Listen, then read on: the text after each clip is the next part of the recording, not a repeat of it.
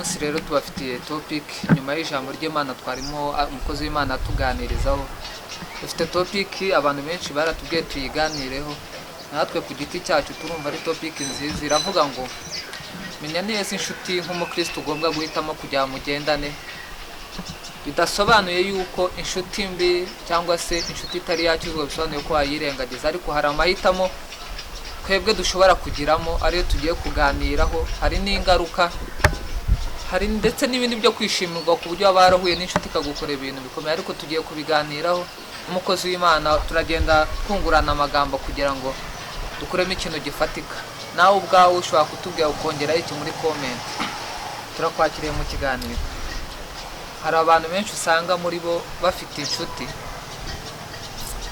ariko inshuti ikamubera nko kudindira kwe mu kujya atera imbere.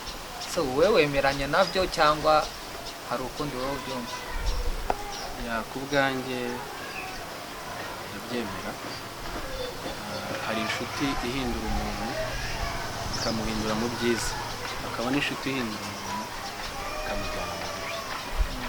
Izo nshuti zirahari kandi zitandukanye.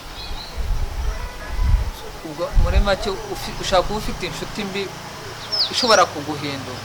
Muri make muri wowe utabashe guhinduka ngo umutange ubashe kumuhindura, muri make muri we yaguhindura cyane. Njyewe ndumva ko kugira inshuti, nawe ufite nawe kuri murabyumva ko twese turaza guhuriza hamwe. Inshuti yose yaba inshuti mu gihe cyawe, kuko iyo ubana n'inshuti ubasha kumenya icyo akunda, iyo ubana n'inshuti umenya icyo yanga. Ariko menya ko dukurikije nk'abakristo hari ikintu kimwe nk'abakristo tujya twibagirwa.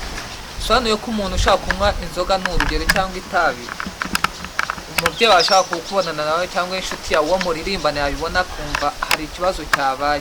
Ntibyaba biteza ikibazo gikomeye kuba dushaka kubona umuntu wakijijwe n'utarakijijwe bari kumwe, twababona bari kumwe tutazi ibyo baganire, tutazi aho baziranye, twe twabona tugatangira guca imanza. Ntihaba harimo ikibazo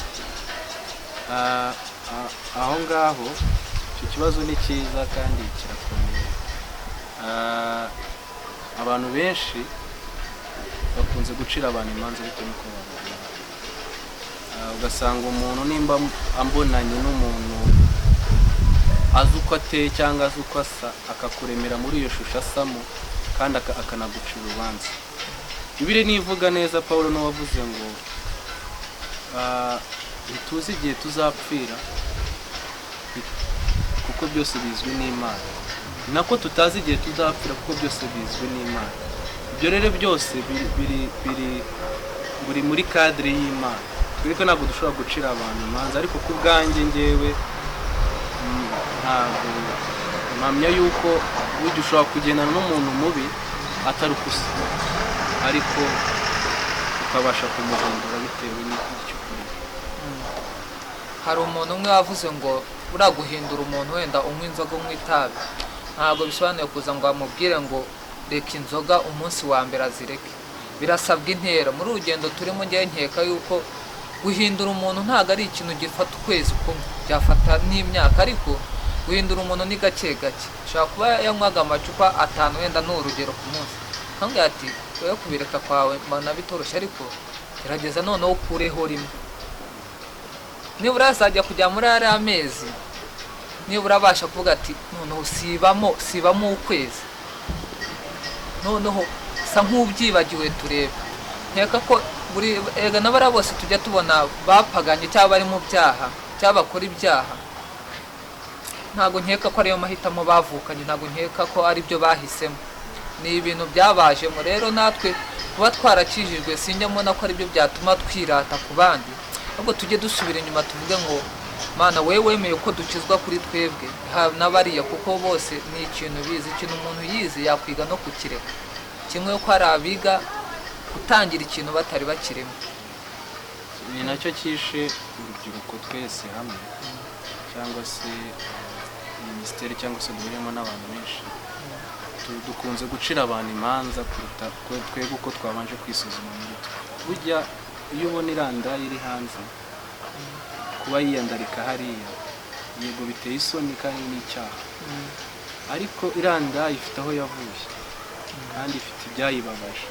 So na Yesu yabaga ari kumwe, hari igihe yahuraga na marayika, abantu bakavuga ati uriya nawe agiye guhura nawe, uriya nawe agiye ari kuvugana na bari abantu. So guhindura umuntu uko bivuze bisaba step ndende, ariko bisaba no gusenga, kuko iyo usenga Imana iguha ubwenge, kuko yaravuze ngo mbasigiye umwuka kugira ngo abahishurire ibiriho none n'ibizabejo. So rero nkeka yuko guhindura umuntu unywa itabi cyangwa se unywa inzoga cyangwa se wishwe n'ubusambanyi, burya buri wese afite aho yavuye. Hari uwavuye mu busambanyi, hari n'uwavuye mu itabi. Ntabwo kwiyutura umuntu ubwira ijambo umuntu umucira imanza bizamubaho, sibyo bihindura umuntu, ahubwo urukundo ubibirira umuntu nirwo rubasha guhindura umuntu agahinduka kuko nkeka yuko umuntu anywa inzoga ntanamutuma, ntanayimugurira iyo nzoga, kuko nubona umuguriye iyo nzoga we akaba umuntu fanta azabyibazaho rimwe kabiri gatatu, nuko urushaho kumuhindura. Burya igihindura umuntu urukundo, ariko igitumye abantu badahinduka benshi nta rukundo dufite, ahubwo twarabatereranye. Ugasanga umuntu akoze icyaha umuciriye imanza, iwe akagira ipfunwe y'ibyo yakoze kugira ngo umugirire urukundo umuhinde, kuko Yesu nicyo yakoraga, yazaniraga urukundo ku bantu, akabereka icyiza afite, akabereka ikibi barimo bakabashaka. Ubwo uravuze ngo abakristo dufite umwenda wo kuba twabasha kwiyegereza tukajya bugufi, tukumva ko bari abatari bakizwa tugomba kubegera, tukabereka urukundo nyarwo kugira ngo babone ibyiza twabonye. Kuko si nkeka yuko umuntu ngenge nkeka ko buri muntu yakoze ikiba aba abizi ko yakoze ikibi. Rero nk'abakristo murumva ko dufite umwenda mwinshi ukomeye, ariko reka tugaruke muri topic neza. Buriya ariko tubwira nk'ingaruka ushaka kuba ufite inshuti mbi, tubwire nk'ingaruka ushobora kugira mwenda mu rwego rwo kugira inshuti mbi. Angaho twari tuvuze ukuntu dushobora kugarura aba bantu bari hano hanze babuze icyerekezo cyo kuba bagaruka mu nzu y'Imana, bagaruka mu miryango kugira ngo tugarure amahoro. Inshuti mbi ni gute twazirinda twebwe twakijwe, cyangwa n'undi muntu wese wegereye kumenya icyiza no guhitamo icyiza? Ni iki twakora kugira twirinde inshuti mbi? Tutavuze ngo muri sosiyete turabirengagije, muri sosiyete si tuvugana, ni gute twakwirinda inshuti mbi? Ikintu cyatuma twirinda inshuti mbi mbere na mbere ni kwakira Kristo. Kuko wakire Kristo ukamwakira neza mu mutima, kandi ibyo kurya, kuko ijambo riravuga ngo kubaho Uwiteka nibwo bwenge, kandi kuva mu byaha uko kujijuka. Iyo wegereye Imana cyane ugira ubwenge, kandi uko ukomeza nabwo mu buntu bw'Imana urajijuka, ukamenya kunota uwo muntu muhuye nawe isi umuntu. So rero ikizagufasha guhindura umuntu kindi nako kugira ngo ataguhindure peto, nuko ubanza kumenya kamere yawe ifite imbaraga muri wowe. Burya buri muntu wese afite kamere muri we. Hari umuntu ufite kamere, wenda ndavuga atarakira Kristo, urugero yabaga afite kamere yo kunywa itabi cyangwa se kamere yo kunywa inzoga, yo kuvuga nabi. Icyo kintu urabanza ukakirinda muri wowe, wamara kukirinda muri wowe kigufasha kuko wa muntu kuba ataguhindura, kuko iyo wamaze kukirinda muri wowe ukakirangura, wa muntu ntabwo aguhindura. Ariko muri wowe cya kintu wakiremye muri wowe, wa muntu abasha kuguhindura, kuko umuntu aguhindura bitewe n'icyo kurimo. Kuko umuntu w'inzoga ntabwo yaza guhindura ngo nawe w'inzoga uba ufite nawe ya kamere yo kunywa iyo nzoga, ariko iyo wayiranduye muri wowe ntabwo uwo muntu abasha kuguhindura. Kuko ikigufasha muri byose ni ukubaha Imana, kuko yubashye Imana iguha ubwo bwenge ukamenya ngo iyo kamere nari mfite ntaramenya Kristo, ni iyi ngiyi wire kwiyanga muri njye kugira ngo umuntu naza. Icyo kintu kirakomeye ndumva ubisobanuye neza, kuko ntabwo mwumvise ko ntabwo bivuze ko umuntu uri hano hanze, ntabwo bivuze ko ari ngombwa kwirinda. Wowe ubwawe banza wiranduremo kamere, yanduramo kamere y'ibyo byose, ndumva ubashije kwirinda. Rero no muri bino bihe bya Covid, kuko baba bavuze ngo ni ugukaraba ugashyiraho isabune ugakaraba, mu gihe utakarabye ugasuhuzanya n'undi muntu, urumva uba ukoze ikintu, kwandura biroroshye. Rero nawe banza ukarabe iyo kamere muri wewe, hanyuma wegere n'aba bantu, hari imbuto nziza bazakubonaho. Ni iki twakora kugira ngo iki twakora kugira ngo tubone inshuti. Buriya kubona inshuti nkeka ko atari umuntu abona inshuti, ariko inshuti z'akamaro kugira uzibone ziva ni ukujya gusenga ukavuga ngo mana ngo ndashaka inshuti nziza. Se hari igitambo kuri wewe cyangwa hari umwete, hari imbaraga ugomba gushora kugira ngo ubone inshuti nziza? Bidusaba iki? Kugira inshuti nziza biroroshye cyane, nuko ahanini abantu byarabananiye. Ariko ikintu impamvu byananiye abantu akenshi tuvuga ibintu ariko ntitubishyire mu bikorwa. Ugasanga umuntu avuga urukundo, avuga ibindi byose, ariko kwapurika icyo kintu tuvuga byaratunaniye. So rero igituma ukwiriye kugira inshuti nziza ni uko ugomba kuyiba hafi. Inshuti mvuga ni iyamenya Imana ndetse n'itaramenya Imana. Inshuti ni ebyiri. Ni ukuyiba hafi ni gute? Ntabwo kuyiba hafi ari kuyifasha ibyo ikeneye. Nimba ikeneye amafaranga ukayiba, ushobora no kuba udakeneye amafaranga ariko ufite impanuro wayiha kugira ngo ibashe guhinduka. So rero inshuti bisaba kuba connected nayo, kandi inshuti ntabwo ari ukuvuga ngo ni uguhorana. No ku muhanda ushobora no guhura n'umuntu muri bisi bikarangira mubaye inshuti bitewe n'icyo wamubiriye muri wowe. Kuko icyuzuye mu muntu nicyo cyaturatinga umuntu kikamuzana. Niba ugiye ufite ubwiza muri wowe, bwa bwiza bubera projecteur abandi bukabazana, ariko ufite ububi muri wowe, bwa bwiza buberera abandi bubi bigatuma baguhenda.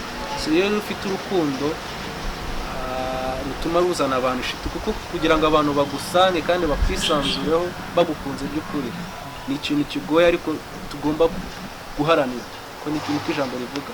So ikintu rero cyabidufasha muri ibyo ni ibintu bibiri: ni urukundo.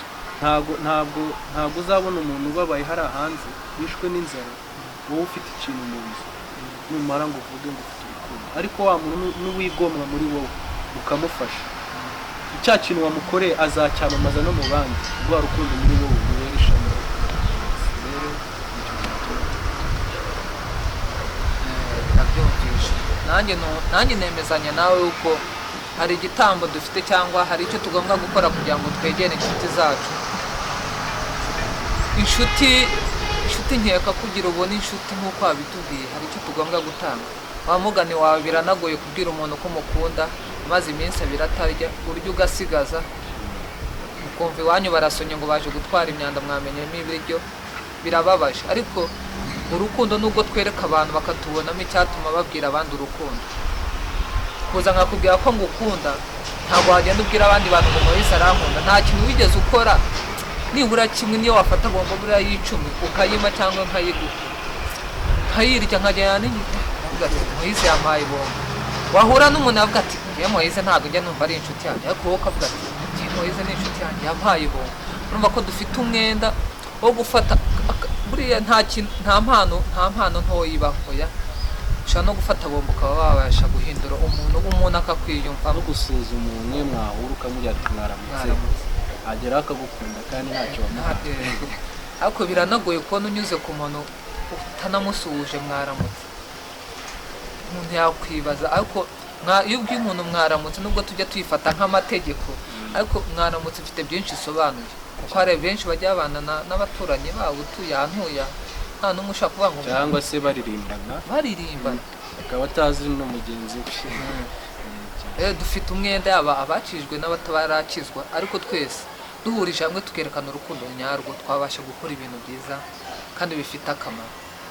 Nihe nama wasoza ubwira urubyiruko ndetse n'abantu bakuze ukabwira ati ngiye mbona mukoze iki ngiki ari cyo byakwiyongera? Natwe turimo turabwira, natwe dufite byinshi turimo turiga ku byo turimo turavuga, kimwe uko ari n'abandi twumva natwe twumva baradufashije. Nicyo wabwira urubyiruko? Inama nabanza guhereza urubyiruko, ikintu cya mbere ni uguhinduka ibyo barimo, kandi ikindi kintu kizatuma tugira urukundo muri twe, urukundo rukamamara ahantu hose, ni uko muri twe tugomba kwiyanga muri twe. Ushobora kuba ufite inkweto ebyiri, ushobora kuba ufite inkweto eshatu, ariko igomwe byibura ufashe wa muntu muturanye, ya nshuti yawe uzi idafite ikintu, uyifashe. Urubyiruko turi benshi cyane, kandi urubyiruko bajya bavuga ngo nitwe imbaraga z'igihugu. So n'urubyiruko rero nitwe imbaraga zo kwamamaza ubutumwa bwiza. So rero ushobora kuba ufite kimwe muri byo, ugafasha mugenzi wawe. Mushobora kugira amagroupe, mushobora kugira aho muhurira n'abantu, ariko mukagira umuntu mufasha. Gufasha umuntu si ukumuha ibintu gusa, n'ibitekerezo birakenewe. Ikindi nabwira ku rubyiruko ndetse n'itorero, nako plutôt ababyeyi ndetse n'itorero, ibyo tuvuga tubishyira mu akenshi mu itorero dukunze kuvuga ngo urukundo, dukunze kuvuga gukundana, aho ugasanga umuntu mu itorero amaze imyaka nta mwenda yambara uwo mwenda, ahora mu mwenda umwe, ariko ukwiriye uririmba mu rukundo. So rero ababyeyi dukundane. Mu mudugudu ushobora kuba ufite umuntu uzi utamerewe neza, ariko igomwe nimba waguze imigati 10, igomwe uvuga ati uyu munsi turajya 5, indi 5 ndareba umuntu nyiha mu mwana n'uwawe mupfunikira gutya gusa uramuhaye neza. nanjye inama numva natanga, urukundo si amagambo, kandi buri umuntu nakubwira ko akwanga ntibikajya bikubabaza, guhatiriza ngo umuntu yuko aguhatiriza ngo aragukunda atagukunda. Najya nsobanura rino ijambo ryumvikana. Buriya umuntu yakubwira ati njyewe ntabwo ngukunda, uzi ikintu buriya iyo uri umunyabwenge we ikintu ukuramo uravuga ngo okay, nta mwanya mfite wo gutakaza, ambwije ukuri, simvuze ko ngiye kumwanga, menye ukuntu amfata. Ariko kuza nkakubwira ati ndagukunda ntagukunda, hari ibyo nshobora kugutakariza muri wowe, umwanya nshaka kugutakariza, nyuma ukazaza kumbwiza ukuri ugasanga nyamara nawe hari abandi wari guha umwanya mbere. Ariko inama nabwira urubyiruko ni ukumenya yuko reba amapantaro afite imbara 2, amakabutura imbara 2, nyamara ushaka gusanga uwo muturanye ejo ntuzi icyo azaba. No munsi gurangiye ntabwo nzi ikintu ejo ikintu ari cyo, ushaka gusanga niwe minister jone nkaza nje kudepoza, ariko kuko nakubwiye nabi bikantera n'isoni zo, kandi ushaka gufata na document ukambwira ati nzaba nkubwira, ikagenda igahirenge tugategereza. Ariko ufite umwenda wo kubwira abantu neza. Iyo niyo nama ndi kubwira urubyiruko. Nanjye icyo nakongeraho, icyo wari uvuzeho nibutse inkuru imwe nigeze kumva iramfasha, kandi yanahindura urubyiruko ukarushaho guhindura ku byo twari tuvuze byose. Umugabo umwe yagiye muri ofisi yiwe yakira umuntu, amaze kumwakira amwakira nabi, ntiyamwitaho, ataha ababaye. Natashye ababaye arasenga, aravuga ati umuntu namubabaje. Akuramo isomo rimwe, aravuga ngo, yanditse icyo gitabo, aravuga ngo nkwiriye gukora ikintu, mbere yuko nyikora nkabanza nkavuga ati ari Yesu akoze iki kintu kimubayeho, yakwitwara ute muri iki kintu ndimo. So rero nuzajya wambara n'ujye kurya, ujye uvuga ngo ari Yesu agiye kurya iki kintu, yabyitwara gute? Ese uyu muntu asuje, ari Yesu umusuhuje, yamusubiza gute? Ibyo bintu nibituba mu mutima bizadufasha kumenya na wa muntu duhuye, ese duhuye ari Yesu, bahuye yamufasha iki? Ndumva rero mwakoze kudukurikirana. Ndangiza ku kantu gatoya, inama nabyira ababyeyi.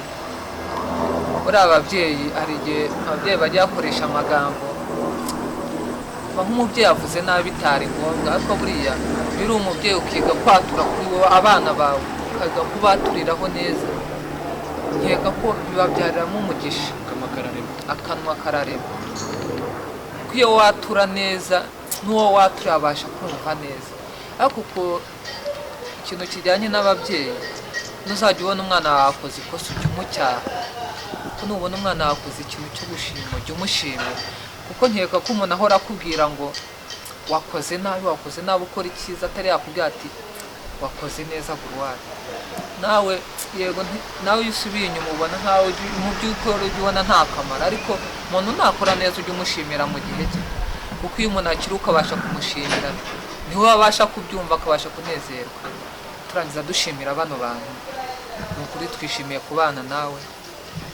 Ahangaha ni iwacu kuri MOISE Gospel TV. Umunsi uzumva cyangwa se igihe, ahangaha ni karibu, ntabwo tukubwira, yaba neje niyo watubwira twagaruka tukanyuzaho ijambo ry'Imana. Ni ukuri twishimiye kubana nawe. Imana yo mu ijuru iguhe umugisha.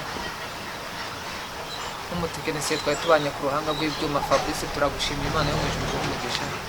Ntabwo biba byoroshye kuko ushaka no kuzinduka mu gitondo ukatubwira turumva utameze neza tukabisubika, ariko ni ugushima Imana. Buriya ibintu byose gukorera Imana, ujya usanga umwe yakorupye urusengero ndakaza akabwiriza, ariko twese tuba twakoze umurimo w'Imana. Nidufatikanya nk'abakristo muri twese tuzabasha kubaka umurimo w'Imana. Ni ukuri turangije tubashimira kandi mukomeze kudukurikirana, mwohereze n'ijambo ry'Imana. Nta bundi butunzi dufite uretse kubwizana ijambo ry'Imana. Namwe mufite ubutumwa bwiza, tujya tubasha kureba ibyanyu byo mukora tukaba turishimye, mukaduhugura. Rero babyeyi, inshuti zacu, barumuna bacu, bakuru bacu, bashiki bacu, turabashimira Imana.